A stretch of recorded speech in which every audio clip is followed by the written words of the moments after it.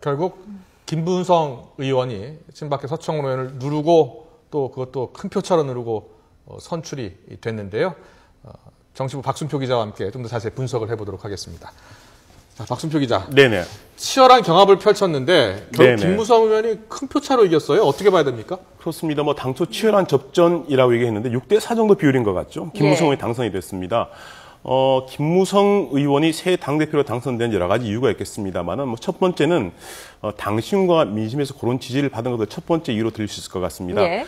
현장 추적에 따르면 현장 투표에서 김무성 의원이 여러 그런 지역, 충북과 세종 일부 지역을 제외하고는 모든 지역에서 고르게 득표를 했다, 이렇게 전해지고 있습니다. 네. 특히 민심에서도 여론조사에도 상당히 10%포인트 정도 앞선 것으로 지금 나와 있기 때문에 당심과 민심에서 그런 지지를 받았다. 이게 첫 번째 이유일 것 같습니다. 두 번째는 서청원 대표가 아무래도 옛날 새누리당의 전신 한나라당의 이미지가 있고요. 또 친박인데 대표 이미지도 있기 때문에 좀 올드한 이미지가 대의원들에게 또 당원들에게 조금 김무성의 표가 더 가게 되는 그런 영향이 됐을 것이다. 이런 분석도 나오고 있습니다. 세 번째는 일부 분석입니다만은 그동안 친박 주류들이 일방적인 당 운영에 관해서 어느 정도 당원들이 견제의 목소리를 낸 것 아니냐, 이런 분석도 가능할 것 같습니다. 실제로 김무성 의원 제 YTN 출연에서 얘기했습니다만은 일부 친박 주류 의원들이 당직을 장악하고 그게 오히려 문제가 되고 있다라는 걸 여러 차례 얘기했기 때문에 이런 면에서도 상당히 김무성 의원에게 힘을 실어주었다. 이런 세 가지 분석이 가능할 것 같습니다. 당대표가 누가 되느냐 가장 큰 관심사였지만 또 다른 관전 포인트, 3위가 그렇습니다. 누가 될 것이냐 아니었겠습니까? 그렇습니다. 김태호 의원이 됐죠. 그렇습니다. 3, 4위 싸움이 굉장히 치열했습니다. 저희 아까 일부 앞서 전해지다 보니까 현장 투표와 현장 투표 당원, 책임 당원, 일반 당원 그리고 현장 투표 결과를 합산한 결과에서는 이인정이 탈락한 걸로 나왔습니다만은 여론조사에서 이인정이 상당히 고른 지지를 받았습니다. 한 거죠? 그렇습니다. 그래서 김태호 의원과 이인재 의원이 결국 3, 4위로 나란히 최고위에 입성을 했고 홍문종 의원이 아깝게 탈락을 했습니다. 당초 5위입니다만은 김일동 최고위원이 여성목으로 올라왔기 때문에 3, 4위 김태호, 이인재 의원이 새로운 당 지도부에 합류를 하게 되었습니다. 홍문종 의원이 친박계이고요.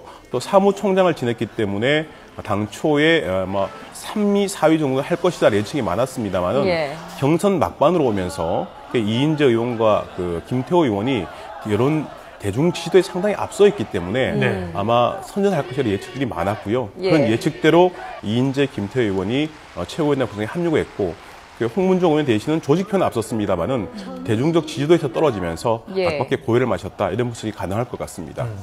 오늘 전당대회에서는 대통령으로서 6년 만에 박근혜 대통령이 참석을 해서 축사를 했습니다. 화합을 강조했는데요. 당청 관계는 어떻게 될 것 같습니까? 일단 김무성 의원이 지난 일요일 날 기자회견을 자청을 했습니다. 이런 얘기를 했습니다. 서청원 선배님을 잘 모시고 정치할 것이다. 그리고 박근혜 정부의 성공을 위해서 최선을 다하겠다는 이야기를 했습니다. 흔히 언론에서 보도를 하기를 비박계 주자이기 때문에 김무성 의원이 당대표가 되면 당청 관계가 어느 순간 갑자기 어려워질 거다 이렇게 예상하면 그렇지는 않을 것 같고요. 이미 두 가지 이유 때문에 그렇습니다. 첫 번째 이미 밝혔다시피 김무성 의원 자체도 실제로는 박근혜 정부의 친박계 좌장권을 했던 적이 있고 또 지난 대선 당시에도 총괄 선대 본부장을 하면서 박근혜 대표의 당선 1등 공신이기 때문에 당장 본인의 어떤 대권 이런 것들을 위해서 박근혜 정부가 각을 세울 것이다. 이건 너무 이런 분석 같습니다. 두 번째로는 현재 당이 운영 상태가 예를 들면 당대표 모든 걸 다 아마 알아서 하는 시대였습니다만 이제는 원내대표 중심으로 당이 많이 운영이 되고 있습니다. 그렇기 때문에 원내 정당화가 가속화된 시점에서 당청 관계에서 가장 중요한 것은 원내대표와 청와대의 관계가 훨씬 더 중요한 관계가 됐습니다. 실제로 박근혜 정부가 여러 가지 내세우고 있는 많은 정책 현안들을 국회 입법으로 해결한 문제이기 때문에 국회 입법을 책임지는 원내는 훨씬 더 권한이 커졌습니다. 그런 두 가지 이유 때문에 당대표가 김무성 의원이 된다고 해서 당청 관계가 삐걱거릴 것이다. 이건 너무 이런 지적 같습니다.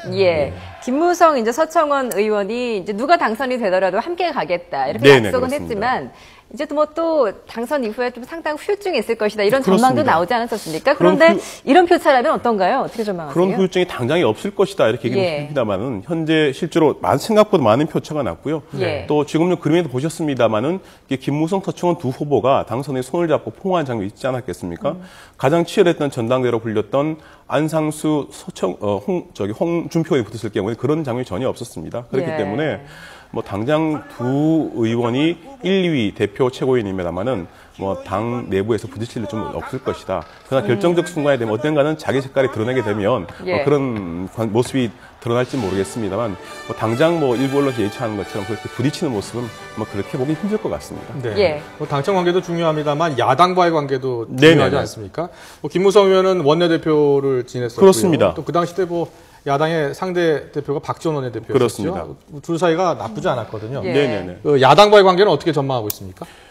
김무성 의원이 평소에 지론처럼 한 얘기가 여야 관계에서 여당이 좀 손해를 보는 것이 옳다. 손해를 보더라도 결국 여당이 이기는 것이다. 이런 얘기를 많이 했습니다. 아마 대야 관계에서도 상당 부분 뭐 매끄럽게 관계를 풀어나갈 것 같습니다. 실제로 본인이 원내대표 할 때에도 박지원 원내대표와 많은 원만한 관계를 이루었고요. 대야 관계 원만을 이끌었기 때문에 당대표가 됐을 경우에도 상당히 원만하게 대야 관계는 정리될 것으로 보입니다. 네. 알겠습니다. 여기까지 듣도록 하겠습니다. 지금까지 박순표 기자였습니다. 잘 들었습니다.